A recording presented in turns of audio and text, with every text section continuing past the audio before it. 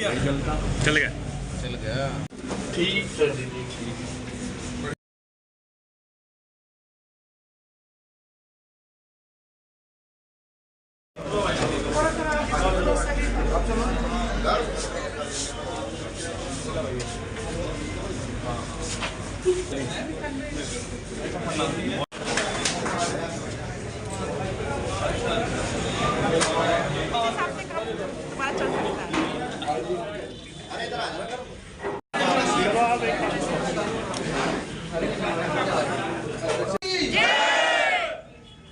सम्मानित मंच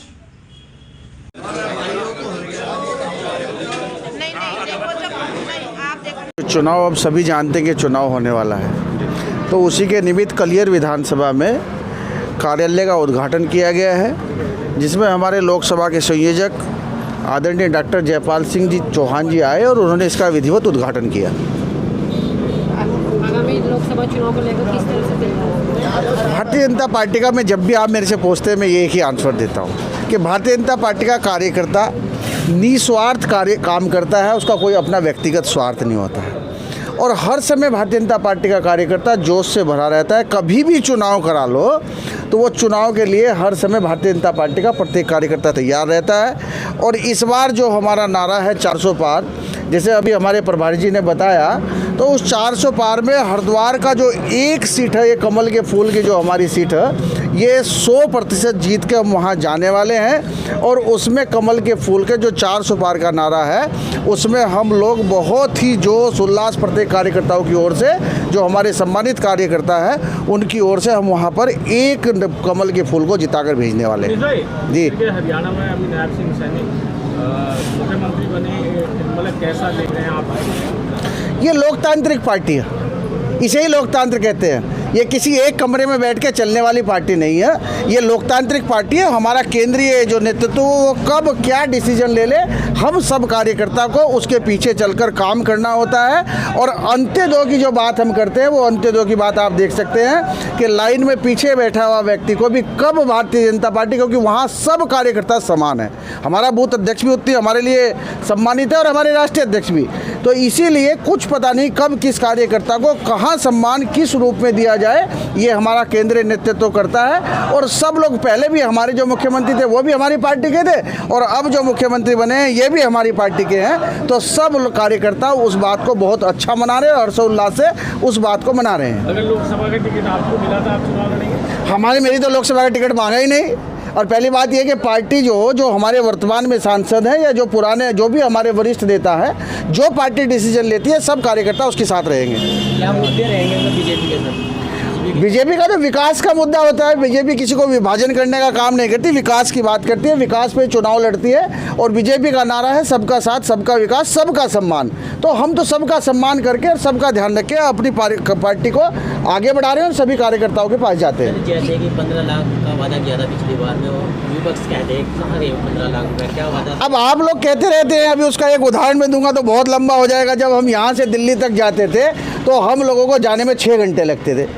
अब दिल्ली तक जाने में कितने घंटे लग रहे हैं? 3 घंटे लग रहे हैं। तो गाड़ी का कितना माइलेज बच गया, कितनी गाड़ी की मरम्मत बच गई, कितना हमारा समय बच गया। अगर इसी एक बात को आप 365 से कैलकुलेट करने लगे तो कितना पैसा आ गया, उससे मान सकते हैं। विपक्ष के पास कोई मुद्दा ही नहीं है, उसके पास कुछ कहने को ही नहीं बच रहा है, क्योंकि वो एक कमरे में बैठ के उनके यहाँ डिसीजन होते हैं। हमारी लोकतांत्रिक पार्टी, हम उसके आधार पर काम करते हैं। धन्यवाद। अंदर सबसे पहले तो आपका मैं धन्यवाद करना चाहता हूँ, आपने मुझे मेरा पक्ष रखने का मुझे मौका दिया। आप सभी पत्रकार भाइयों का बहुत बहुत धन्यवाद। और आज ये कार्यालय विधानसभा पिरान कलियर का लोकसभा चुनाव कार्यालय खुला है और ये हमारा जो युवा साथी है, 10 साल का जो मोदी जी का जो कार्यकाल रहा है उससे इतना प्रभावित है। आज की डेट में सारा युवा भारतीय जनता पार्टी के पक्ष में माहौल बनाने के लिए तैयार है। कितने 2024 में कितना देखते हैं आप, कितनी सीटें आएंगे आपकी? हमारी 400 पार। विपक्ष क्या मुद्दे लेके जा रहे हैं? मुद्दे तो भाई साहब आज की डेट में 10 साल में मुद्दा तो कोई छोटा ही नहीं मोदी जी ने। आप सड़कें देख लो, शिक्षा देख लो, स्वास्थ्य देख लो, युवाओं के प्रति देख लो, कोई मुद्दा ही नहीं है, विपक्ष के पास कोई मुद्दा ही नहीं। विपक्ष तो कहीं क्षेत्र सड़कों की बात कही है, आज के समय में ऐसी सड़कें बनने की आज डल रही है, कल टूट रही है। नहीं, ऐसी मुझे दिखा दीजिए। मुझे तो आज तक 10 साल के कार्यकाल में माननीय मोदी जी के हमारे राज्य की सरकार है, आज तक तो मुझे कोई ऐसी सड़कें दिखाई नहीं दी। पहले आप जैसे क्षेत्र में ज़्यादा, इंटीरियर क्षेत्र में ज़्यादा सड़कों में गड्ढे होते थे और गाड़ी चलना ही मुश्किल था, जगह जगह पानी भरा हो, कोई ऐसी समस्या ही नहीं आज।